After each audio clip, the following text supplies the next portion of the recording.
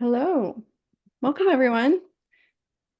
Pardon us for the tech delays. Oh, and here comes Carrie. So, hi, I'm Rebekah Lara, not Faith Mariah. Faith is feeling under the weather today still. She's recovering. So, I'm hosting, and it's all very last minute, and we had some tech issues with Be Live. So, thank you for everyone's patience.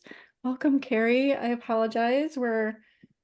We're kind of just winging it today, but I'm glad you made it and I'm glad you emailed me because I Tech was is trying. great until it doesn't work. And Yes. it doesn't work at the most inopportune times. Yes, right. Especially when the host is sick and I'm trying to like make it all work in minimal time, but we're here. So yay. Thank you both for joining us. Again, I'm Rebekah. I am the online business manager at Team Faith Mariah. I'm a co-coach in the mastermind, and I'm honored to be filling in today. I was supposed to be a guest, and so I was going to be here anyway. So everyone want to take a turn just introducing yourselves while I take a deep breath and tell us who you are, what you do, and yeah, welcome. Yeah, sure. I am Kayla. I also work for Faith. I'm behind the scenes, so if you email her, I will get back to you as soon as possible. And I'm a certified life coach and a professional organizer. Welcome. Thank you. So glad you're here. Thank you. So I don't work on Faith's team. But I have collaborated with her on another YouTube live and then in some of her bundles and summits that are going on. I'm located in Connecticut. I work in operations. I do a signature Spark assessment where I do a deep dive into businesses, tech, and systems and processes, and we do a thorough audit and then kind of tell them what they need to do to fix things and get things moving in the right direction. Love it. Thank you and welcome. And how's the weather up in Connecticut? Um, I- you know, it has been a little crazy. Yeah. There's been rain and then snow and then ice, and now we're back to rain. So Yeah. Sounds very familiar. be outside. Yeah. I'm in the Chicagoland area in Kayla's, Minnesota? Montana. Montana. One of Yep. the M's. Okay. Yes. Okay. So yeah, we're all dealing with crazy ice, snow slash rain weather, it seems. So that's one more thing to add to the Yeah. challenges we face, right? So that's something we want to talk about today is online efficiency, productivity, how we juggle all the things, both in business and when life impacts us, like tech issues or, weather that makes your internet go out for a week, all those fun things. So let's start by thinking of a challenge that you had to overcome in your business related to online efficiency, productivity, anything, time management. Anything related? Does anyone have anything that comes to mind off the top of their head? Ooh, so a few weeks ago, we had one of the snowstorms that came through. We lost power. And it didn't just blip. I mean, like it went out for a full like 12 hours. And it was wild because we could look out our back door and they had power on the other side of our block. And if we looked up the street, they had power. But we're sitting here in the dark. Um, I'm very transparent with my clients and let them know kind of what my plan is when things like this happen. Because realistically, you live on the East Coast, you're gonna get hit with a nor'easter of some sort at some point. Right. Um, the first thing I do is I Slack my clients and I let them know, hey, I'm without power. My laptop has a full charge. I'm hooking my phone up as a hotspot. I will work until my battery dies. And after that, it's just kind of, you know, I'll check on things first thing in the morning, but I would address, those super hot items first and then kind of work backwards from there on the punch list. Yeah, I can Yeah. relate to that. Last week, like I just briefly mentioned, our power, or not our power, our internet went out for I think 5 days or so. And it was such a challenge, especially with children who, nowadays, like they do homework on Chromebooks. So it's like without internet, we felt lost. Thank goodness for the hotspots, like you said, connecting my phone to everyone's computers was our lifesaver. But yeah, it makes you appreciate technology because you don't realize like how much we rely on it until it's gone or till the power's out. But yeah, it's good to like kind of think through like what would I do if something went out, or being in the online space. It's a reality. We're all going to face it at some point. So Well, and if you think about it, you have fire evacuation plans. Your family has like, if this happens, this is what we're all going to do. And I think having that sort of plan in place and making your clients aware of it, just, plans ahead for that sort of situation. yes, definitely agree. How about you, Kayla? I know you had some challenges with weather, but what about as related to your online business? Yeah, I piggyback everything you guys said. I am always very transparent. Like if you don't hear from me, because we're very remote, we live with a lot of acreage. So usually when the power goes out, the cell phones and all of that are quickly behind it. So as quick as I can, I try to get a hold of my clients, let them know I'm here, but not here, and just be patient with me, and I will make sure to go above and beyond when I can.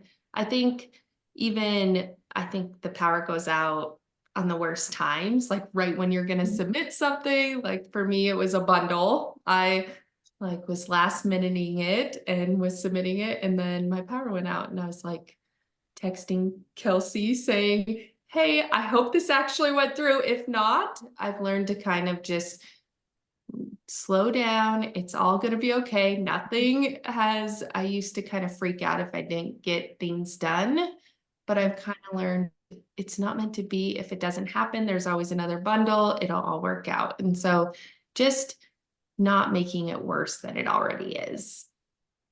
Yeah, that's where my brain was going when you guys were talking, is like, what are the things that you say to yourself in those moments? So like even like right before we went live here, it was like my brain was panicking, right? But I was just telling myself like, I'll figure it out. We'll figure it out. We're gonna make it work, you know? So I have found that just that like compassionate self-talk Yeah. or reminders that like it feels like you're dying, or like you're on fire, but like really it's all okay. So what helps you get through those panic moments? I think just reassuring myself, like I always ask myself, what can I control right now? And that's like the biggest, like, okay, I can control this, this, and this. I can email my clients, or I can text them or Slack them. I can make sure that my part is being done, and whatever happens out of my control, it's okay. And I think just reassuring, like you said, and that self-talk of like, oh my gosh, you should be able to figure this out, not coming down and working yourself up is just huge.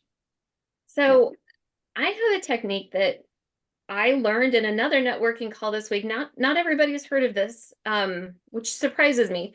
So when it's warm outside, I go outside to get grounded. Like take my socks off, take my shoes off, wiggle my toes in the garden dirt or in the grass, because for me that really is calming for me. But when it's 9 degrees outside, what do you do? So my coach told me about a grounding mat. And so when I'm having those moments of overwhelm and anxiety, I will take and it's plugged in right under my desk. It's part of my morning habits to sit on my grounding mat for about 20 minutes. But during the day, when I'm feeling that overwhelm and the stress just add up, I will take my socks off. I will use my grounding essential oils and put my feet on that mat and just kind of sit there and give myself 5 or 10 minutes, take a deep breath. All right, what can I fix? What's beyond my skill set? What do we need to do to move forward? Yeah, I love that.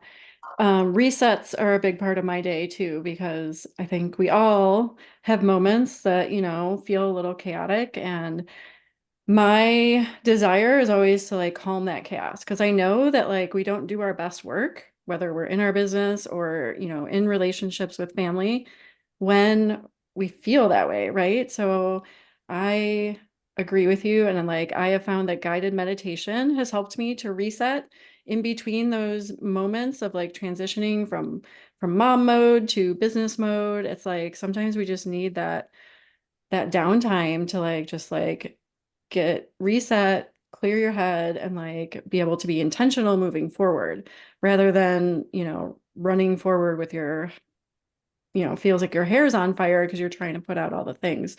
Right. Obviously, that works against us every time. So yeah, guided meditation, I think, is my go-to lately. I also like my essential oils, like you said. It just anything that like makes you feel calm and, present in like what's actually happening. Like Kayla said, like what you can control and what you can't control is definitely served me well. Yeah. Anything to add, Kayla? Yeah, one thing I do is if I'm getting really frustrated where I'm not able to just calm myself, is I will just walk away. And luckily we're all in our homes usually, since we're working from home, and I can, okay, I'm gonna give 10 minutes to something else, whether it's listening to a podcast or just taking my brain out of work and shifting it somewhere else and then coming back. And I usually can do a task quickly. But if I let myself Mhm. just keep getting worked up, it never goes well. Yeah. Yeah. I think that's one of the best things is to just walk away for a little bit and then come back to it. Mhm. Yeah. Exactly. So let's shift to actual business talk. And I was going to ask, I had to come up with these questions kind of on the fly. So starting with like, what's your favorite productivity or efficiency tip or tool that you rely on in your business? Anyone want? So I like to sync my Google Calendar with my Alexa that's in my office because when I get in the zone and I'm working on a workflow or a process, I lose complete track of time and what everything is going on around me.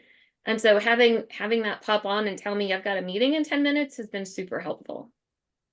I love that one. Yeah, good reminder. When you get in a flow, it's like sometimes we lose track of time, like you said, and that can be a good thing, but not when we have a meeting. Right. Good one. I love that. Me too. Kayla, I what do you think? really enjoy, to be honest, at the beginning of the week, I have two things that I always do. At the beginning of the week, I write out everything, or throughout the weekend, as it pops in my head, I write it out because I just know then it's not gonna keep opening a million browsers in my brain. I can close it and move on. I'm not gonna forget about it. And then at the beginning of the week, I always do and this isn't my method, I think everyone's heard of this, but it's delegate, do, delete, and defer. Like what can wait, but and if as long as I do that, I can prioritize what's important to me, and I'm able to really be going through my work week, not on the fight or flight mentality, I feel like. And another thing I do is set timers all day long. I always have a timer going of maybe how long a task is going to take me, or like Carrie said, with, hey, you have a client in 10 minutes, and it just kind of grounds me to focus on what I need to focus on with that client. I love that. I was going to also chime in with the timer. I bought these when my children were home during remote learning during the pandemic. They each had one, and I realized I could really benefit from it too. And so once they went back to school, I took one, and yeah, it just allows me to even get started sometimes. I use it for things that I don't really feel like doing. And so I tell myself, okay, well, if I just set the timer for 10 minutes or 5 minutes, whatever it is, and then I give myself permission to stop. So I use that when I was writing a chapter in a book that I was collaborating on. And writing is not my thing, in quotes. That's the story I tell myself. I'm a former math teacher and architect. So writing felt like it was, always the opposite end of my skills. And so I really wanted to do it, right? But like there was fear, there was all these reasons why it was hard to get started, but the timer saved me. So that's probably my best tip, that even for my kids, like I'm like, you can do it for 5 minutes, right? Like our brain is more willing to say okay when we just chunk it down into those little amounts. So Yeah, I love timers. Although my children now kind of like when I take the blue timer out, they kind of shy away from me, but that's okay. Yes. Um, what about tools like digital tools? I know you mentioned the Google Calendar and Alexa integration, but what else do you use to keep yourself organized in your business? Asana. I do love Asana, and I actually use that in my personal life. I actually created my kids' chore charts in Asana Oh, because nice. I know they weren't really happy about it, but I feel like it helps me with the not nagging. They know what's expected, and I just felt like having it all in one place really helps me personally. And then Toggle, which Rebekah introduced me to, and it's my favorite thing ever now. With Yay. working with multiple coaches and then clients, I feel like those are my two go-tos, and then Google Calendar. I am a write out my week, and I still have my planner, my written planner, but I am very thankful for all the digital things as well. Yeah, and I love that like you can like I always feel like people apologize sometimes in the online space, like if they use paper planners or write things out. I'm like, I'm a big believer of like do what works for you, right? So yeah, I love that. I love Asana. I love also managing household or family things in Asana because I'm like, why not? When we go in there at the start of our day for work, it's like it's nice to see kind of everything in one spot so that I don't have to look in multiple places. So I love the chore chart idea though. I haven't tried that yet. So I'm going to add that to the family project in Asana. So one of the things I've done with my Asana is I run my own business and all my clients through Asana. But when I have one client that has probably 15 boards just in her Asana account, that's a lot to check into. I mean, like I feel like that's all Mhm. I was doing is checking Asana lists. So what I did was created, I call it an Overwatch board. And because you can make things live on multiple lists in multiple places. So my clients have all the boards they need, but I only have one, and I duplicate everything into Overwatch. So I can check all the different verticals from one place and Nice. not be checking a million places for just one thing. Yeah. It's been a huge time saver for me. Oh, I bet. That's a great idea. I love that. My other tool that I use religiously is Zapier. Mhm.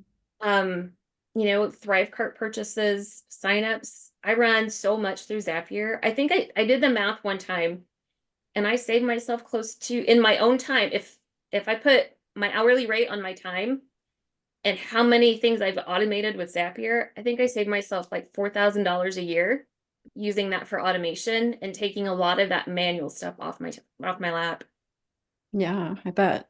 Yeah, definitely automations whenever whenever you can, why not, right? It saves time and money. So I love that tip.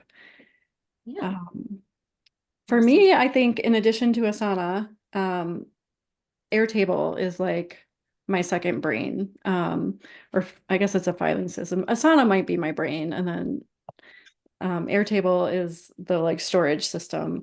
But I have used it both for business and again, family stuff because I just, getting to an age where I'm approaching 50 and it's like things I used to be really good at remembering, just nope, not happening anymore. So I store everything I can in Airtable. I don't think I could live without it anymore. But I've even like set up, systems with my sisters, like for Christmas expenses. It's just like, why not have everything in one or in this case, two places, Asana and Airtable. And then the other thing that you reminded me of, Carrie, is I love integrating Asana with Google Calendar too. So, sometimes, or not sometimes, I do link my like promotion project board in Asana with all my launch stuff or affiliate stuff to Google Calendar so that, again, it's like It's less flipping back and forth, right? I have a client where that is the only way he gets his stuff done on time is by connecting it to his calendar because Yeah. he sees that and he sees it in Asana and he knows I'm gonna bug him if it doesn't get done because he sees it two places. Yes. Actually, that's what we do for Faith. she's done it on and off over the years, and we're back on with it. But yeah, if Google Calendar is like your main place that you go, like why not integrate as much as you can over there, especially those big things. So we've synced up her project board. So anything we as a team need her to do that is part of our workflow and she doesn't want to hold us up, we put it on her project board in Asana. It syncs to her Google Calendar, so she'll be more likely to remember to do it. So yeah, it's like obviously just working with your own brain and knowing yourself is like probably the best tip to move forward. Because sometimes, and here's something that someone shared with me. It was actually related to household tasks, but I, applied it to business. It's like if we're creating a system, we should remember that the system is too many S's. System is supposed to support us, right? Not us working for the system. So sometimes myself, my clients, we think like we have this perfect, beautiful system that someone told us we should do or gave us a template, and it feels more like we're working just to keep up with it. And it's like when I find myself feeling that way or seeing a client approaching it that way, it's like a good reminder that like, no, this is supposed to support us. So when it's not, it's a good time to like take a look at it and just see like, what Yeah. do I need to shift here? Have you guys ever come across any similar situations where you were trying to make something work and you thought it was going to make you very efficient, but you realized like, no, it's better to just throw it out and do what I know best. Yeah, I think when I had little kids, I kind of realized I was trying to put everybody else's pretty printables back then. Not everything was digital. And trying to make someone else's schedule work for my life. And when I finally let that go and realized this is what works for me, and it doesn't need to be pretty, it doesn't need to be, something that someone else is like, you have to use this. Once you start being okay with it working for your life and what works for how many kids or how many kids you don't have or elderly parents or something like that, I think then you're able to do a lot more and stop fighting with being productive and more with your life. You work with your life a little better. Yeah. I always tell the ladies that I'm coaching that, they ask me, do I have a template or an example? And I'm like, I would be happy to share my template or, the standard that I use, but you need to remember that works for me and that works for my process. I cannot guarantee it's going to work for you and yours, but take it and use it as a starting point. Because I'm always, why reinvent the wheel when you can take a wheel and change it a little bit and make it work for you? So, I'm happy to share, but you have to understand this is how it works in my brain. It may not work this way in yours. Exactly. Just remember. Yep. Test and tweak and Yes. right, just giving ourselves permission to do it our way. And I know when we're all starting out in business, like we feel like we have to look up to the experts. Um, and they have a lot of value, obviously, but at some point there feels like there's a shift where you're like, hey, actually, I know what's best for me, and just owning that can be a huge relief, in my opinion, when I realize like we can do it our own way. So yeah, that's that's something that I think I would encourage a lot of business owners to do is like take what works for you, leave the rest. You don't have to like worry about doing it the right way. This is another thing I heard someone else say that I kind of shifted, is there's not a right way. There's just the right way for you, right? And that can go apply to any part of your life. But keeping that front of mind can just be so helpful. So I just want to pause and say if anyone's watching live or later in the replay, we would love to hear your hacks, tips, strategies that work well for you.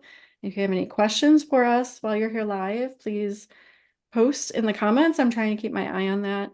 We would love to support you. Um, but going from there, like what else, any other things that you do in your business that help you stay efficient, help you work less and get more done? than maybe, when you first started in business? Anything else you guys want to share today? Go ahead, Kayla.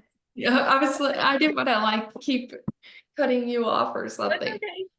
I think a huge game changer for me was to be okay with not having the task done. That was a big struggle as I give myself a certain amount of time to do something and I could not walk away. And I think I see this within my clients a lot. It's like, well, I can't figure out a schedule because I can't figure out how long this is going to take. And I'm like, just allow you that time and just know you can schedule it in next week or tomorrow or whatnot. And we're just kind of learning how long things take us. And then once we get in our groove, we can make more time for other things. But one other thing, it's not really the tools, I guess, but is if you're not prioritizing something, just be okay with it not being important at that moment to yourself. It's okay to be like, this is not a priority right now. And I'm going to move on and do the things that are a priority to me in my brain at this minute. And then maybe it will be next week or next month or next year even, but it's okay when you're trying to find that balance in your business. For sure. One thing that I've started doing is so I have health struggles, and so I've had to really listen to my body and when I'm the most productive and when I know I'm not at my best and I really need to be resting. And so that's led to me working a bit asynchronous. You know what word I mean? I But do. Yep. okay, Asynchronous. yes. Mhm. Than what my clients are in the office because I have the most energy and I'm the most productive from about 6 in the morning until 2 in the afternoon. Right around 3 o'clock, my energy starts to go down. The pain is starting to set in, and I'm just like, I'm done. So I've kind of learned what my energy ebb and flow is. And those things that take the most amount of focus, I've really got to be on the detail. Those are things I do first thing in the morning because that is when I'm at my sharpest. And so rearranging my tasks and projects to work in that fashion has really helped me get a lot more productive because I'm not fighting myself trying to get it done late in the day. I just know this is the time where I'm checking emails, I'm approving graphics, I'm doing that sort of stuff that doesn't take a lot of mental energy because it's just not there at that time of the day. Yeah, 100% agree with you. And I myself have chronic medical issues, and all three of my children do. So that is something that was my biggest transformation. Like, for those of you who don't know, like my oldest daughter is the survivor of multiple organ failure. And so when she was critically ill and on life support, and then, recovering for 3.5 years in our home, like that was my work, even though I wasn't teaching anyone how to do it. It was like, how do I still like honor my own energy, and everything in my day in a way where I'm not fighting against myself, fighting against my energy level, my pain, my children's needs. And that is probably the biggest shift I've made in my life is, like you said, being aware of when my energy is at its peak and my creativity is at its peak, and not even throughout my day. Well, yes, throughout my day, like for sure, but also throughout my week. I'm the type of person who, Monday or Tuesday, I'm on, and by Friday, even like right now on Thursday, I'm like Yeah, trailing. And exactly. so, like you said, I purposely plan certain tasks for my business on Fridays that don't require the amount of focus as other tasks on a Tuesday. Tuesday is like my sweet spot because as a mom of three kids with special needs, Monday I don't have a lot of energy because I've been with them all weekend and I love them, but like I need a little bit of downtime. And I'm an introvert, so it's like Mondays I don't take, client calls, connection calls, any of that for the most part, because I've just learned I'm working against myself. And then the rest of my week is like even harder. So yeah, I love that reminder to all of us, like, let's not fight against our circumstances and our energy. Because we just in the long run, right? It takes longer when we do that, right? Like if I'm trying to write a, blog post or something on a Friday, it's just going to take me forever rather than on a Tuesday or something. So I also think that goes into probably, going back to like your daughter and all of that, like productivity doesn't mean you're busy, like you're up having to right. do something. That is a big game changer that changed my life is like Yeah. actually my self-care or what I need to prioritize is more important than the busy productivity in my mind. Yeah. And that's like the reason why I don't like using the word productivity sometimes because people do equate productivity with busyness and like do. And I'm like, Mhm. no, like when I'm coaching clients, it's like, how do we get the most important things done in less time so that we're not going crazy and do all the time? Yeah. So I wish there was a better word for productivity because I think we all associate that, like you said, Kayla. So, Yeah. good word. Yeah. Mhm. We can create a word. Yeah, I'm gonna work on that. Let's brainstorm. Because like for a while I would call myself like a productivity coach because it just made sense. But then I feel like people are like, oh, well, I don't want to have to do any more than I'm already doing. It's like, no, that's Yeah. not what I want for you either. It's like I want us all, like we all, this is my belief anyway, we go into business for ourselves because we want the business to support our lifestyle, whatever that might be, whether you have chronic medical conditions, a family, whatever else is going on in life. It's like I don't want to recreate like I left architecture because when you're a young architect, you work all night. Like I'm not exaggerating, like till 5 a.m. And I'm like, I don't love it enough to give my whole life and my whole day to it. So it's like I keep reminding myself of that. Like I used to have a boss, here's an extreme example, who I would be sitting at my computer, right, drafting, and I was like, 24 or something. And he would come and it would be lunchtime, right? But I wasn't taking a lunch. I was still working. He was taking his lunch. He would eat above me, like standing behind me with his salad over my head. And I was just like, no, this is just not going to work long term. So it's like that reminder, like I want to build a business that supports the lifestyle that I want, right? So it's like, but we all, I feel, get caught in that trap at times of like, oh, I got to do more, I got to do more, I got to do more. So we want to be successful, but it's like just being intentional and mindful of that has helped me. Anyone else feel that way? Yes. Yeah, for sure. Yeah. I definitely wanted to feel like I could be available to my kids. And I had this thought that when they're teenagers, they didn't need me as much, but that is fake. That was a lie. They need me just as much, if not more. So I really just wanted to build a business that I could still be readily available, but no, my clients mean just as much to me. Yeah. That's the same for me. My last one, my youngest is she's my last one at home, and she's on the autism spectrum. So having that, yeah. So I fully We have read those. Yeah. Mondays are like you need the Monday from the weekend. Mhm. But I wanted something where I was still available to support her, but still let her be as independent as what she's able to be, but then still contribute to the household financially. And Mhm. that's what the business has done for me is I feel like I'm contributing both financially, but also as a support to my family. Yeah, I totally agree with that. And I also find that like before I became a true business owner, I started blogging, and it was during the time that my daughter was recovering because I just needed something for me. I was career driven my whole life until the kids were very young. And like I love my business because it's like my pocket of the world. You know what I mean? So it's like I love being present for my clients, and I also love that I can be present for my family. So for me, it's been, I mean, not that it's doesn't come without challenges, but um, I love that we can create this for ourselves as women and still be able to contribute financially, to pursue our own goals, and like still be very present. Because yeah, I have a daughter with autism, 3 daughters with ADHD, and a host of medical conditions.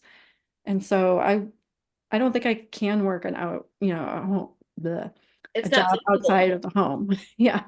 The amount of times I would get called back to the school or back to the daycare because she would run random 102-degree fevers. Not sick at all, but would just randomly run these fevers. And Okay, we must be related because my daughter just had 102 fever. We call them the mystery fevers. yes. And I'm Yes. like, the doctor has said that she just has a fever. She's not sick. They're like, nope, you've got to come get her. And I'm just, Yep. at what point do I was tired of feeling like a failure parent because my kids always having to get picked up. And then I was feeling like a failure in work because I couldn't be there. This is that compromise that I feel like it's more of a win-win than a compromise. Yeah. Totally a win-win. I agree with you. Yes. I love that we can create this for ourselves, right? And I love that, there's so much, for one reason, I'm grateful for the pandemic is like it's shown us that there's this whole new way of working. Even I see it in my husband's career. So he still is an architect. We met in school. And it's like I'm seeing that women and other people with different circumstances are able to have a more flexible work schedule and work from home sometimes. And yeah, I'm just so grateful for the online space and what we're able to do now. And, because I think I would miss working, I want to be here for my children. That is my choice. And I also want to have my own little pocket to myself too. Yeah. Mhm. Yes. So do you guys find that you have, any past struggles that you've overcome or any current struggles with kind of figuring out your flow between work and home life? And what did you do to help yourself, support yourself? Go ahead, Carrie. I'll let you go first. Okay. So the biggest challenge that I had to overcome is that when my kids would see me, when I first started building the business, I had two still at home, my middle and my youngest, and they would see me on my computer because at that time we didn't have the spare office, well, the spare bedroom that I put my office in. And so I was kitchen table, and it was very frustrating because they would just see me on the computer and it didn't click that I was working and earning money. To them, mom's just on the computer again, or it's like dad who's playing games. She's just on the computer. And so we can come interrupt her every 5 minutes for something. And we don't have to be quiet and we can just continue on with our chaoticness. And that was hard to get them to understand that mom is working. There are other people on the other side of this computer connection that I'm doing things for, and I can't just drop it because you're fighting. You kids figure it out. The other thing that we struggled with is that because I work from home and because I love what I do, I was doing it until 7 or 8 at night and not closing that computer. And my coach was like, you've got to close the computer. Like, she's like, I know you're probably just putting it on sleep and leaving it open. Because she's like, I'm challenging you to shut it completely down and close the lid. And so it took several weeks of physically closing it and putting it somewhere to where I could then be present again. And now, thanks to that, I've got a very firm boundary that at the end of the day, when I leave my office, I'm not going back in there. Because if I was in a corporate job or a job outside the home and I get home and I've got my comfies on and I've poured the wine, I'm not getting back in my car to go do something for someone. So, I apply that same type of rule to my business. When I'm out of the office, I'm out. I'll catch you in the morning for whatever you needed. Yeah, it's a great boundary. Yes. I think that those are great examples of what we run into. I definitely had to work on hours. So and not every day is the same hours because I work around, what everybody needs and laying that out. But I think for me, my biggest obstacle was mom guilt, like seeing, because we're working in the house, you like walk out and you're seeing dishes and kids need to be fed and laundry needs to be done. And I think I would, at the beginning of my business, I would just put my business on the back burner and then work at night or when my kids were sleeping. And I realized like that's just creating burnout. And then I get exhausted and I'm not really gaining traction. It's just busy work. So once I realized if I make my work just as important as the household stuff or the mom duties or the wife duties, that I was way more productive. I could balance it and I let go of that mom guilt because I think we feel bad giving time to ourselves and doing something we love, but I actually wanted to make money and start balancing it all. And so once I let that go, I was able to maybe stay up on the house because that was a priority to me, or making sure my kids needed things. And yes, close the computer. That is definitely a great one, Carrie. Yeah, I remember Faith sharing once that she also like for a period of time was like working around the clock. I think she was still at her day job too. So it's even harder, right? Because you want to work at night or on your lunch break or whatever.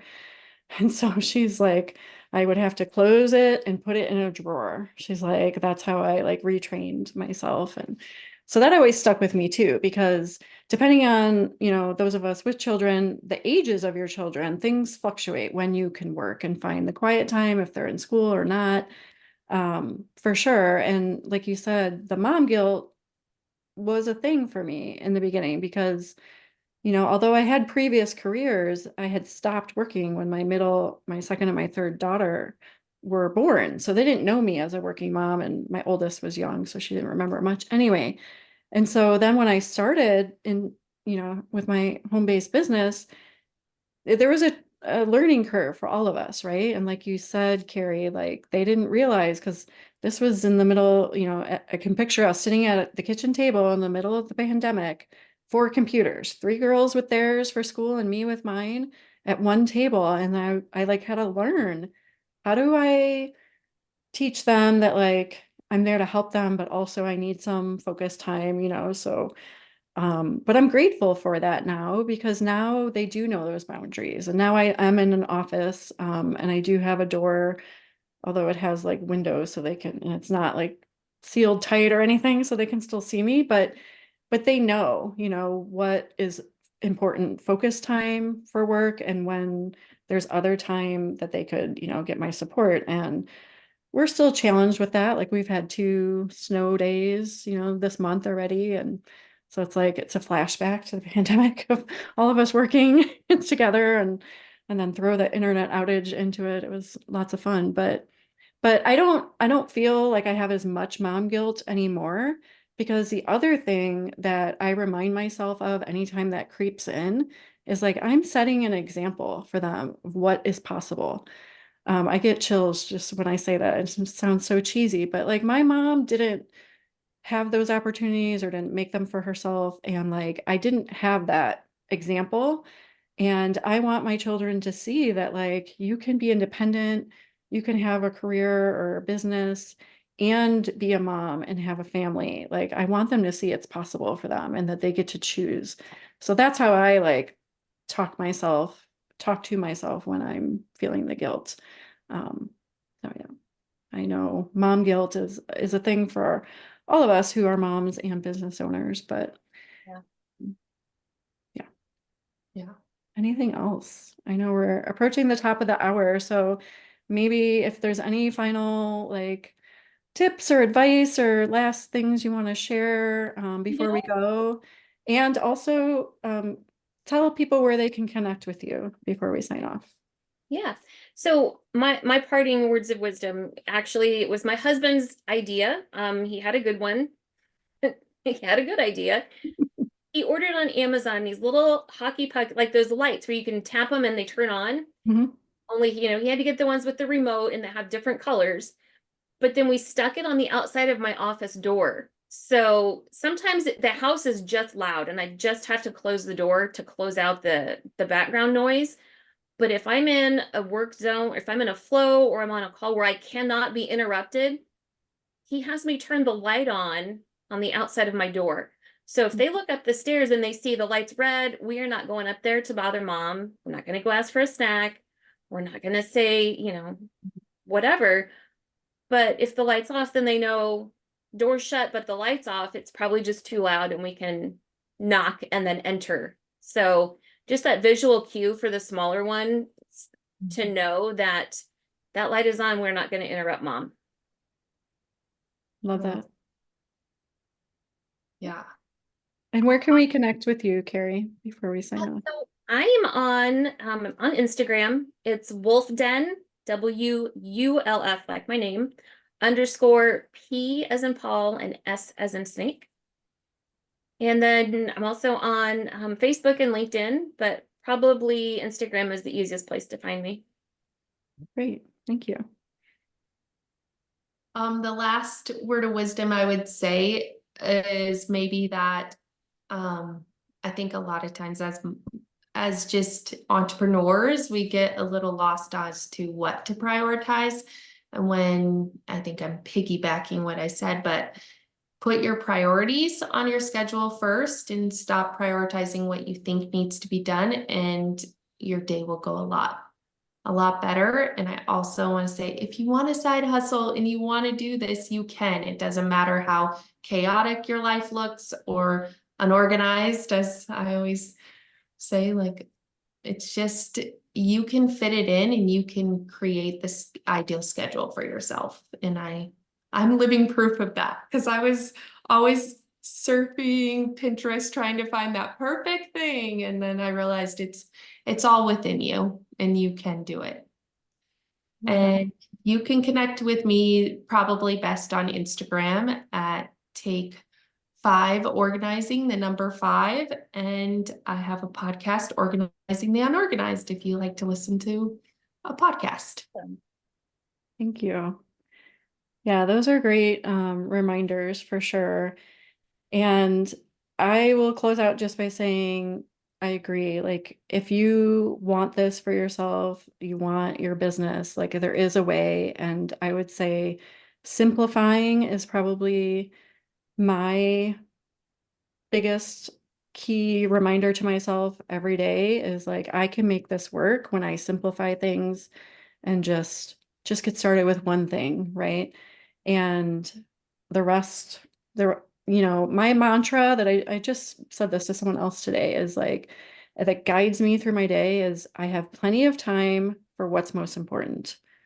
And that helps me just like be intentional about the what's most important part, and allows me to like just feel more calm about it and knowing that like I don't need to panic and that there's plenty of time. So I appreciate all of you, and I hope that like other people see that we all had our challenges and still do to overcome in balancing our productivity and our time management with family obligations and our business, and we're making it work. So hopefully it's a little evidence that it is possible, and reach out to any of us, and Faith, of course, if you need more support. Faith apologizes for not being here today, but she is recovering from an illness, and we're just happy we could still make it work despite the tech issues. So thank you for everyone's patience, and yeah, just thank you for your time. Anyone who was watching, for the guests today, thank you for allowing me to fill in, and I've never been the host, so thank you. Thank you. It's been a pleasure. So hope to see you again soon. Thanks, everyone. See you.